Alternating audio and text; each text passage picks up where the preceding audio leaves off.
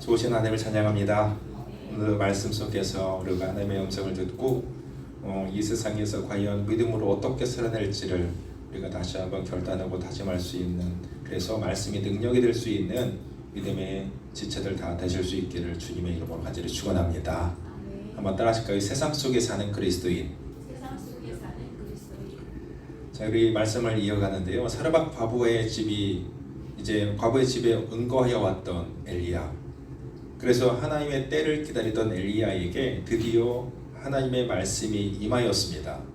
자, 제 3년째라고 성경은 지금 시작하고 있으니까 세 번째 해를 가리키는데, 여러분 그 엘리야가 사르밧 과부의 집에 은거한 지 좀 3년쯤 됐다라고 보시면 될 것 같아요. 그러니까 긴 시간을 이어왔죠. 이 사르밧 과부의 집에 은거한 지도 2년, 3년 이렇게 흘렀습니다. 최대 3년까지.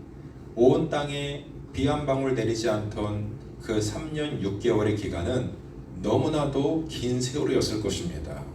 여러분, 태양은요 하루도 쉬지 않고 모든 것을 태워버릴 기세로 이글거렸고, 또 메마른 바람에 흙먼지만 날리고 있었던 때, 우리가 한 6개월만 비가 오지 않는다고 하면 이 땅도 난리가 날 거예요.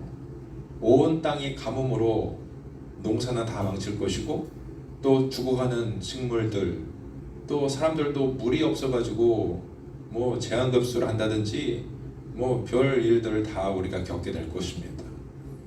그래서 지금 보면 이 3년 6개월 동안 비 한 방울 내리지 않았다, 이슬 한 방울 내리지 않았으니 땅에 무슨 풀 한 포기가 있었겠습니까?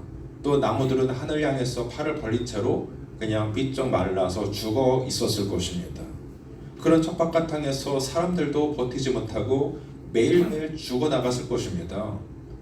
자, 이 사르밧 과부의 집도 어떻게 판단했었어요? 그 가뭄이 온 지 1년 만에 엘리야가 그 집에 가게 되는데, 바로 그 마지막 양식을 먹고 죽을 참이었잖아요. 그러니까 엘리야가 그 집에 가지 않았다면 사르밧 과부도 그 아들과 함께 이미 죽었을 몸이에요. 그런데 하나님이 엘리야를 그 가정에 보내심을 통해서 결론적으로 그 사르밧 과부의 집이 구원을 받아서 이 가뭄을 잘 견뎌내고 이렇게 여기까지 살아온 것입니다. 그런데 지금 이들은 죽지 않고 살았지만 그 나머지 2년 반의 시간 동안 얼마나 많은 사람들이 죽었겠어요. 얼마나 많은 사람들이 그냥 견디지 못하고 다 죽었겠습니까? 그런데 드디어 이런 고통스러운 세월이 끝나고 하나님의 말씀이 엘리야에게 임하고 계십니다. 뭐라고요? 너는 가서 아합에게 보이라. 내가 지면에 비를 내릴 것이다. 이렇게 하나님의 말씀이 선포됐습니다. 드디어 하나님이 비를 주신대요. 이 땅에 마침내 땅에 비를 내리시겠다는 겁니다. 그토록 가혹하고 고통스럽던 가뭄이 끝나가고 있어요. 영원히 끝날 것 같지 않았던 그 재앙이 이제 끝을 낸다는 것입니다. 여러분, 우리의 인생에도 여러 가지 삶의 아픔과 고난이 있을 수 있죠. 그런데 그것이 끝날 것 같지 않은 때가 있습니다. 정말로 끝날 것 같지 않은 고난, 이것 때문에 우리가 힘들어할 수 있어요. 그러나 여러분 기억하세요. 무엇이든지 끝이 있습니다. 아름다운 꽃도 시들고요, 또 환희와 영광의 순간도 다 지나갑니다. 마찬가지로 견디기 어려운 고통과 굴욕의 시간들도 반드시 하나님의 끝을 내실 때가 온다는 것입니다. 그러므로 우리가 고난당할 때에 그 고난이 언젠가 반드시 끝나는 것을 항상 잊지 말아야 될 것입니다. 그래서 그 고난이 끝난 그 지점에 우리가 미리 가서 내 현재의 형편을 바라볼 수만 있다면 우리는 매우 다른 모습으로 오늘을 살아갈 수 있지 않을까요?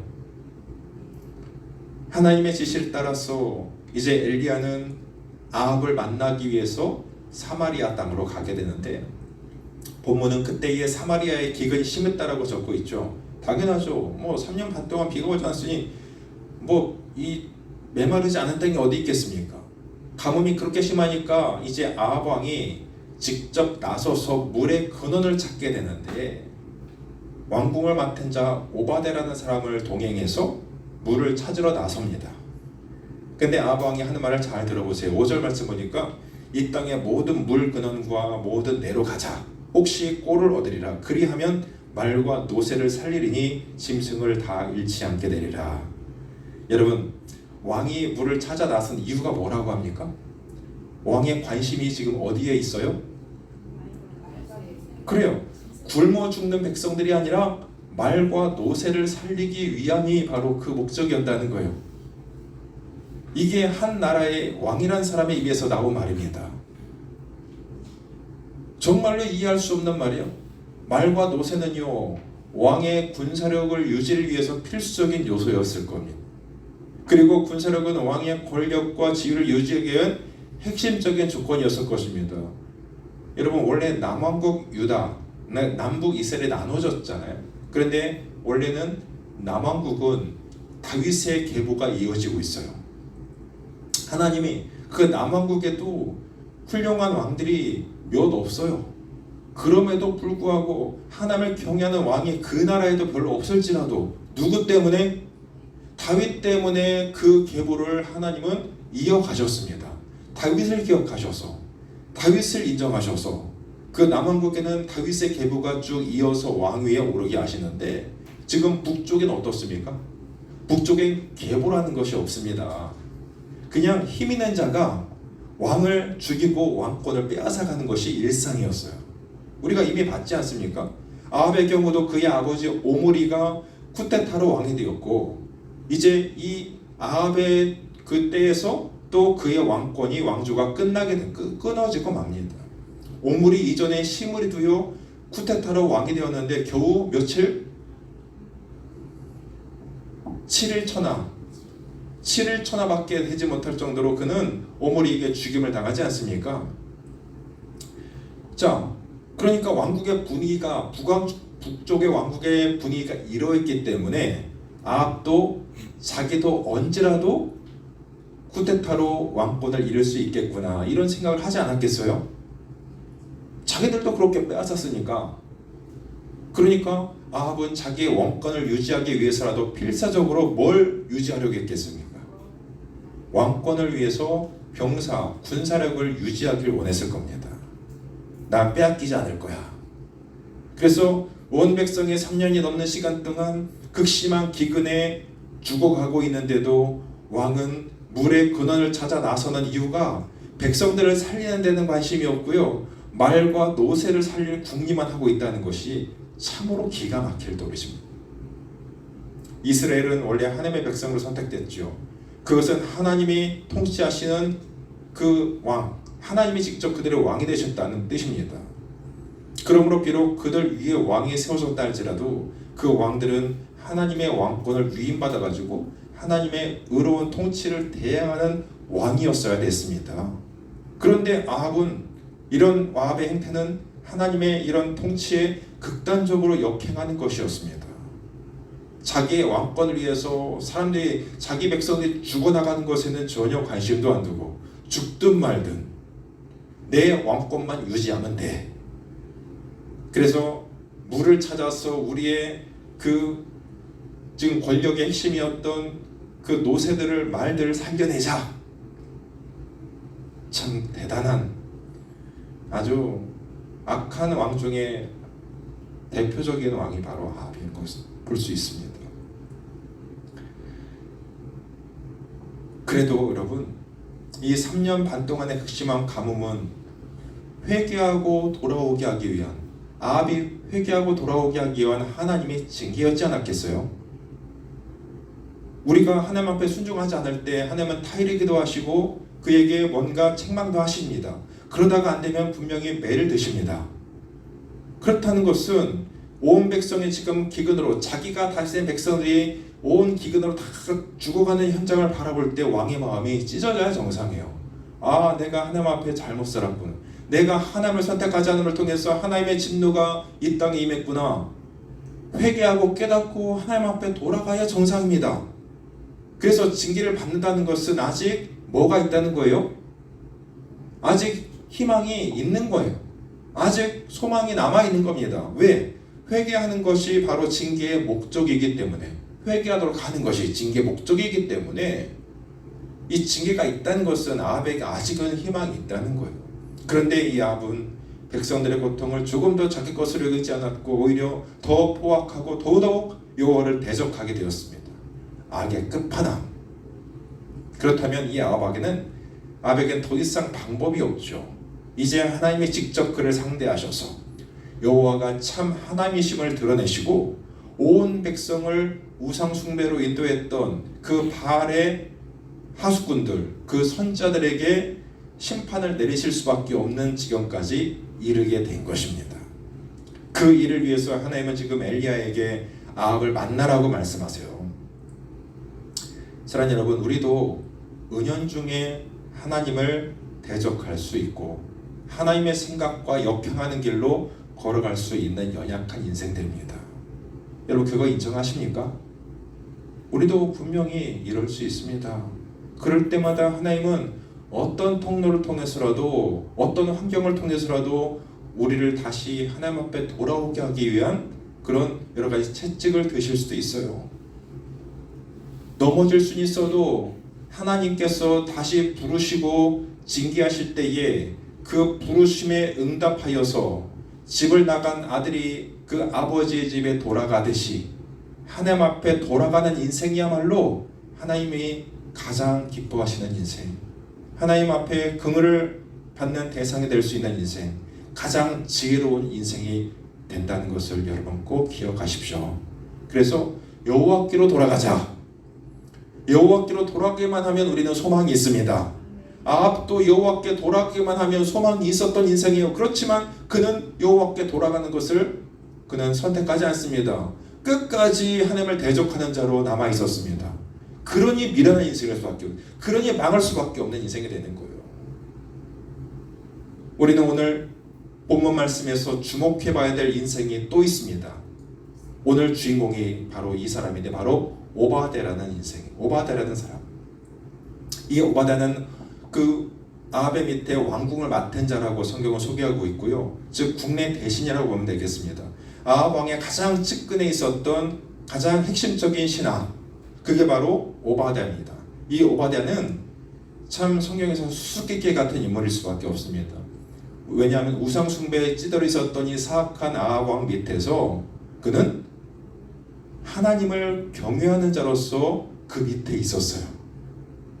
3절을 보세요. 오바댜는 여호와를 지극히 경외하는 자였다, 이렇게 언급되고 있잖아요.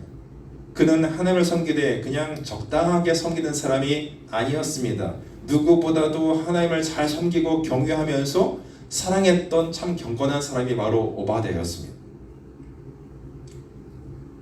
따라서 이처럼 경건한 사람이 어떻게 이 아합과 같은 왕 밑에서 살아남을 수 있었고 그의 신임을 받을 수 있었을까? 아합과 이세벨이 분명히 바알 신전에서 무릎을 꿇고 절하는 마당에 어떻게 그는 우상 숭배에 그 몸을 다하지 않고 담지 아니하고 이렇게 굳게 여호와를 지키는, 여호와 신앙을 지키는 경건한 신앙을 유지할 수 있었을까? 이거에 대해서 성경은 명확하게 우리가 보여주진 않습니다. 그런데 그렇기 때문에 정말 수수께끼 같은 인물일 수밖에 없습니다. 여러분, 우리가 구약 성경의 소선지서 중에 오바댜 책이 있죠. 우리가 성경 읽잖아요. 오바댜 있죠. 소선지서, 그 중에 소선주 중에서 가장 짧은 책이 바로 오바댜서입니다. 한 장밖에 되지 않아요. 그런데 이 오바댜, 이것의 오바댜가 바로 그 오바댜라는 학설도 있습니다. 명확하진 않아요. 성경학자들도 오늘 이 열왕기상 18장에 나오는 오바댜가 바로 성경 구약 성경을 기록한 오바댜다, 이렇게 말하는 사람들도 많아요. 그런데 확실하진 않다고 합니다. 그런데 어쨌든 이 오바댜를 주목하면서 우리는 중요한 진리를 배울 수 있습니다. 오늘 우리도 오바댜처럼 이 악한 세상에 속하여 살고 있잖아요. 만만치 않은 세상에 살고 있습니다. 따라서 그에게서 영적인 진리를 교훈받고 어떻게 이 세상을 우리가 크리스찬으로서 살아가야 될 것인가, 우리는 스스로 돌아보면서 각오할 필요가 있다는 것입니다. 첫 번째로 이 구조적인 악에 대해서는 피하지 말아야 된다는 교훈을 우리가 받을 수 있습니다. 어떤 악에 대해서? 구조적인 악에 대해서. 여러분, 이 땅에 오바댜가 살던 시대나 또 아합 공전에는 구조적으로 선한 것이 하나도 없었습니다. 그냥 구조적으로 하나님을 대적하는 시대였고, 구조적으로 바알에게 절하는 것이 당연한 시대였습니다. 그러니까 그렇게 구조적으로 악한 세상에서 신앙생활하려고 하는 이 사람은 될 수 있으면, 우리는 생각하는데 무슨 생각이 있냐면, 악에서 웬만하면 멀리 떨어져 있는 것이 최상이다, 이렇게 생각해요.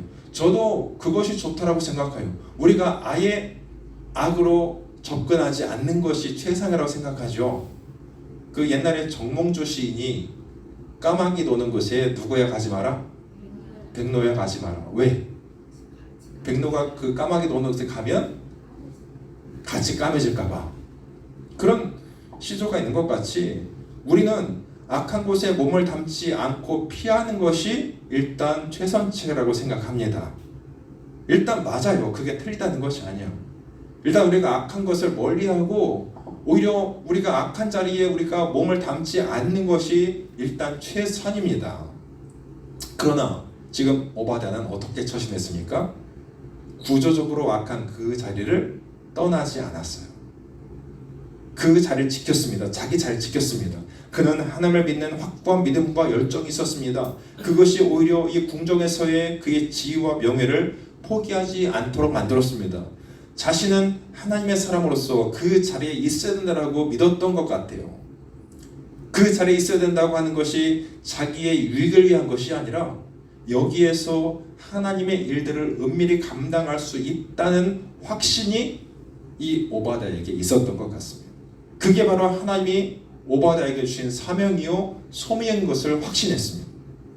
그래서 하나님은 오바댜에게 그런 내면의 음성을 주셨고 그에게 그런 자리를 허락하셨던 것 같아 보이는 것입니다. 요셉 같은 경우도 마찬가지죠, 여러분. 그가 끌려갔던 애굽은 온통 우상 숭배로 더럽혔던 이방 국가였습니다. 하나님을 섬기는 자가 아마 요셉 혼자였을 것입니다. 이렇게 구조적으로 악한 환경인데도 불구하고 요셉은 도망가지 않고 그 안에서 자기 자신을 지켜가면서 하나님의 귀한 일들을 감당해냅니다. 다니엘도 마찬가지죠. 그가 포로 생활했던 바벨론, 그가 포로로 끌려가서 생활했던 바벨론, 그 바벨론 역시 온갖 우상 숭배로 더러워져 있었던 그런 때였는데, 구조적으로 악한 곳이었는데도 불구하고 다니엘은 평생 그 안에 있으면서도 자기 자신을, 여호와의 신앙을 굳게 지켰습니다. 사자굴에 던져질 걸 알면서도 하나님을 섬기는 거룩한 사람으로서 자기의 위치를 고수해냅니다. 초대교회 고린도 성도들이 살던 고린도라는 도시는 매우 음란하고 우상 숭배가 극에 달했던 항구 도시였어요. 그런데 그 시장에서 파는 음식들이 있잖아요. 그것들은 모두 다 일단 우상에게 바쳐졌다 나온 제물들이었습니다. 그러니까 우상에게 미리 드려졌다가 시장에 팔려 나오는 거예요. 그러면 서민들은 그걸 사 먹을 수밖에 없겠죠. 그것 때문에 고린도 성도들이 고민했어요. 야, 정말 우상에게 바쳤던 이 음식을 우리가 먹어야 되는 것인가? 우리의 믿음이 바로 이것을 허용할 수 있겠는가? 이걸 계속해서 논쟁거리로 고민됐던 중에 바울이 뭐라고 그들 가운데 답을 주신지 아십니까? 바울은 그들 가운데 고린도 성도들에게 그걸 고민하지 말아라. 비록 우상에게 바쳐졌던 제물이지만 그것이 시장에 나와서 팔린다고 해도 그것을 먹을 수밖에 없는 환경이 된다면 너희들은 그것을 음식으로 생각하고 먹으라는 거예요. 너희가 어찌할 수 없는 환경에 살고 있기 때문에 너희가 이 고린도 도시를 도망가지 말고 여호와의 신앙을 잘 지켜가면서 그 우상쯤이야 아무것도 아닌 것을 여기고 그냥 음식으로 여기고 먹으라. 그러니까 신앙의 어떤 절개를 지켜가면서 하는 것은 아무런 문제가 되지 않는다. 이게 바로 바울의 결론이었습니다. 그러니까 고린도 도시를 도망간 것이 아니라 그 안에 살면서도 그 안에서도 하나님의 역사를 이루어가는 백성으로 살면 된다라는 것이죠. 삭개오라는 사람도 여러분 기억하십니까? 유대 사람들이 혐오하고 비난하는 로마 제국의 앞잡이 역할을 했던 세리장이었습니다. 그가 예수를 만나고 부정하게 벌어들였던 자기의 재산을 주님 앞에 내어놓고 뭐라고 합니까? 가난한 사람들에게 내가 4배나 갚아주겠다고. 그러면서 신앙의 큰 변화를 맛봤던 사람이 바로 삭개오였습니다. 그런 다음에도 예수님은 삭개오에게 그 세리직을 그만두라고 말씀하지 않으셨어요. 이런 사실들을 통해서 우리는 구조적으로 악한 세상에서 우리가 어떻게 살아가야 될 것인가를 정말로 배울 수가 있는 것 같아요. 예수께서도 이런 말씀을 하셨습니다. 내가 비옵기는 저들을 세상에서 데려가시기를 위함이 아니요 오직 악에 빠지지 않게 보존하시기를 위함이니이다. 이게 바로 예수님이 우리를 이 땅에 두신 목적이에요.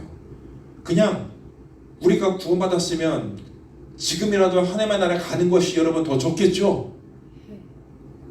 하나님 저 빨리 데려가 주세요. 우리가 그게 더 좋을 수 있어요. 죄 짓지 않고 지금 가도 우리 하나님의 나라에 들어갈 수 있다면 그게 더 좋잖아요. 그런데 우리를 그냥 그렇게 데려가지 않으시고 이 땅에 두신 이유는 뭐겠습니까?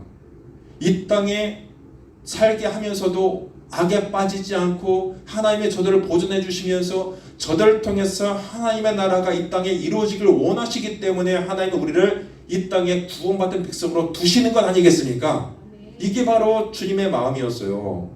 그러니까 쉽게 말해 하나님의 뜻은 구조적으로 악한 세상에 살면서도 자신의 제자들이나 백성들이 아예 별거시키는 것이 아니라 이 악한 세상에 그대로 남겨놓고 하나님의 일들을 하기를 원하시다는 것입니다. 사랑하는 여러분, 우리가 날마다 몸담고 있는 주변의 환경들을 보십시오. 얼마나 구조적으로 악합니까? 도덕적인 악이 온갖 형태로 원성을 이루고 있는 곳이 바로 우리가 사는 현실입니다. 선한 것이 별로 보이지 않습니다. 하나님의 영광이 이 땅을 떠나갔습니다. 예수님은 이런 세상에 살면서 악한 세상을 향해 책망하시다가 결국 미움을 받으시고 십자가에서 죽임을 당하셨습니다. 그러나 우리는 예수님처럼 그런 식으로 순교당하는 때에 살고 있지 않습니다. 대신 우리가 오바다를 통해서 배워야 됩니다. 구조적인 악은 피하거나 도망하지 말고 우리가 세상 속에 살아가는 그리스도인으로서 그 안에서 우리의 자신을 하나님의 거룩한 백성으로 구별해서 우리가 지켜가며 우리의 믿음을 지켜가며 살아가야 된다는 것입니다. 구조적으로 악할지라도 우리가 세상에 등을 돌려서는 안 된다는 거예요. 사람들이 살아가는 모든 삶의 문화가 그 속에서 그리스도인들의 일을 우리 감당할 수 있는 정말로 그 대중 중에 끼어있는 그 소수 한 사람을 통해서 하나님은 이 세상을 변화시키길 원하시는 거예요. 그 속에서 우리의 존재를 확인하게 하는 그것이 바로 하나님의 명령인 것입니다. 가장 악한 황제였던 네로 황제의 궁정에도 그리스도인들이 있었고요.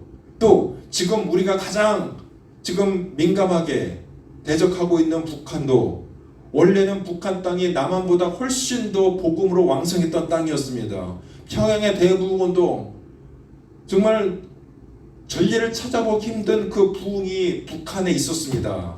그런데 북한이 공산당이 점령하면서 모든 교회가 다 철폐되고 모든 그리스도인이 다 죽임을 당하거나 추방당하고 지금 그렇게 악한 세력이 북한을 다 사로잡고 있는데 그런데 놀라운 것은 그 북한의 체제 하에서도 공산당의 체제 하에서도 지하에서 여전히 하나님을 갈망하는 그리스도인들이 여전히 기도하고 있다는 사실입니다. 놀랍지 않습니까? 생명을 담보로 해서 그들은 믿음을 지켜가고 있어요. 하나님이 남겨두신 사람들. 그렇기 때문에 아마도 오바댜는 지금 아합과 이세벨이 다스리는 이런 악한 구조적으로 악한 나라에 있으면서 왕국 맡은 자의 역할을 바로 하기 위해서 요셉과 다니엘처럼 엄청난 대가를 지불했을 것입니다. 20세기 위대한 선자였던 그 존 스토트라는 그 목사님이 이런 말을 했습니다. 예수 믿는 사람 그리스도인들은 불신자와 근본적으로 달라야 되겠지만 그렇다고 세상 밖에 있으면 안 됩니다. 반드시 불신 사회 속으로 우리는 들어가야 합니다. 예수 믿는 그리스도인들은 불신 사회에 영향력을 미쳐야 합니다.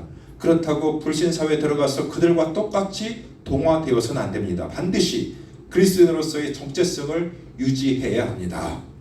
바로 똑같은 말씀들이죠. 우리가 그럼 무슨 힘으로 이렇게 살 수 있겠나 하고 느낄지 모르겠지만 하나님께서 그렇게 살려고 노력하는 자녀들에게 반드시 은혜를 부어주실 때에 우리는 감당케 하는 힘과 마음도 믿음도 그분이 부어주실 것을 믿습니다. 은혜를 받으면 우리는 할 수 있어요. 아무리 작은 자라 할지라도 작은 자가 천을 이루리라. 주님께서 그렇게 말씀하셨습니다. 작은 자가 천을 이루는 능력과 가능성이 있다라고 하나님은 말씀하십니다. 우리가 기도하고 하나님의 손에 붙들리며 성령의 능력을 입으면 세상 사람들이 감당하지 못하는 하나님의 종이 될 수 있습니다.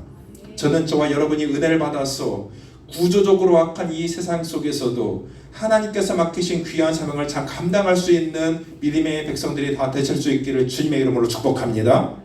자, 두 번째로 오바다를 통해서 우리가 배워야 될 또 한 가지의 교훈, 바로 도전적인 악에 대해서는 대범하고 단호하게 대처해야 된다는 거예요.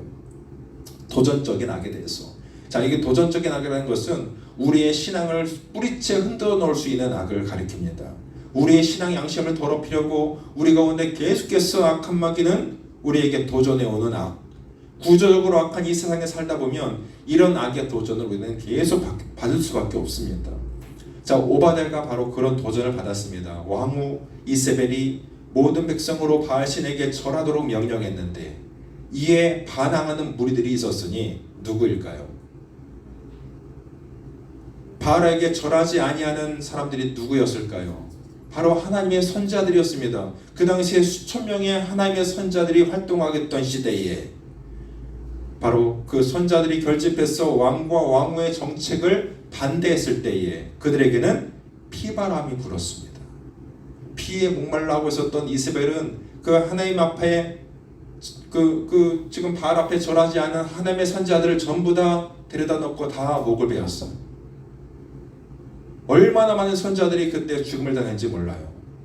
그런 끔찍한 상황을 누가 봤냐면 오바댜가 그러니까 아합의 옆에 있으면서 그 모든 장면을 다 본 거예요.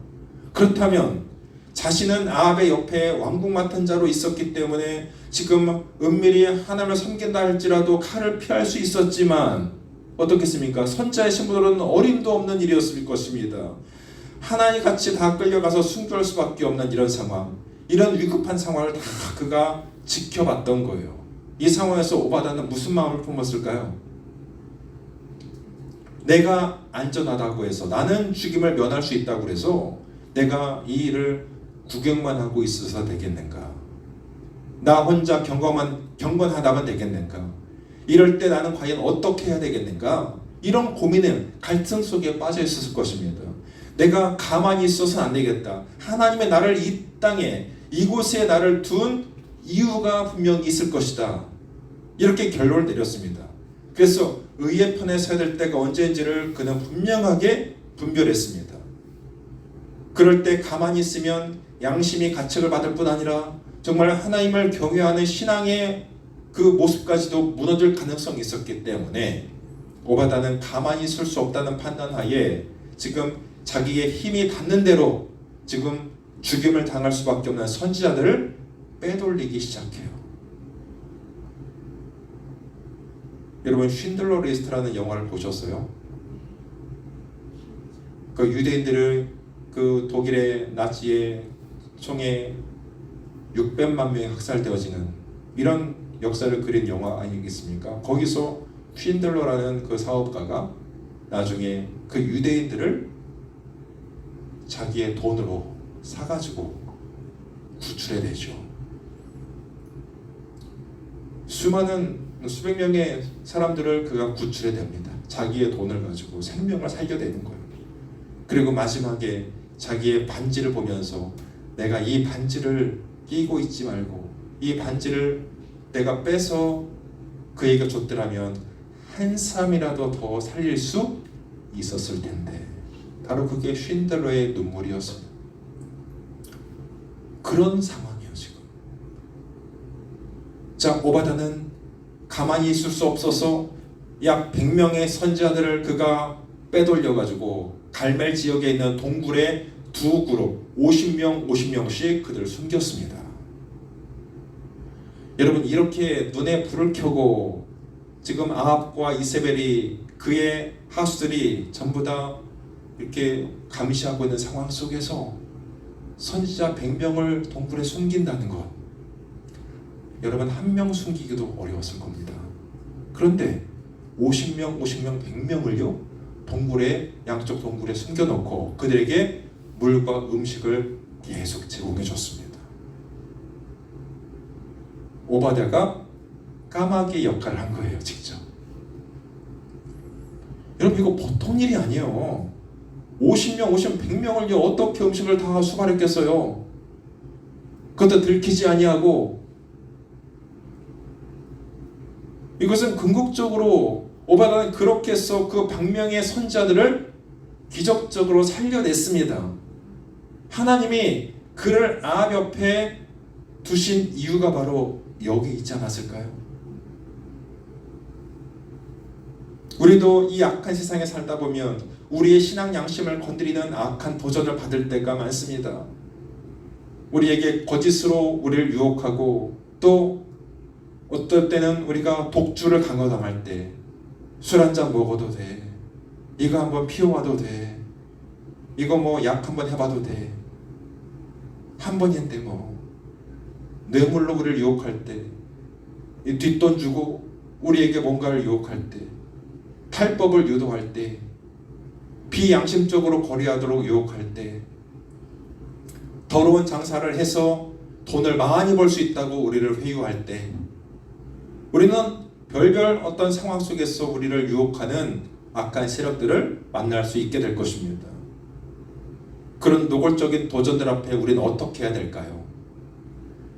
오바댜처럼 우리는 이런 모습으로 하나님 앞에 좀 나아가야 되지 않겠습니까? 기도하면서 하나님께서 주시는 지혜와 용기를 가지고 담대하게 그 악한 세력과 맞서 싸우는 삶, 오바댜가 선지자들을 숨겨둔 것처럼 요셉이 보디발의 아내의 유혹을 뿌리치고 급기야 누명을 쓰고 감옥에 들어갈 정도로 도전적이었던 것 같이, 또 다니엘의 신앙을 뿌리쳐 흔들어 놓는 도전 앞에서도 그가 사자굴에 던져지는 한이 있더라도 늘 하나님 앞에 열어놓았던 기도의 창을 열고 하나님 앞에 늘 기도로 나아갔던 다니엘같이,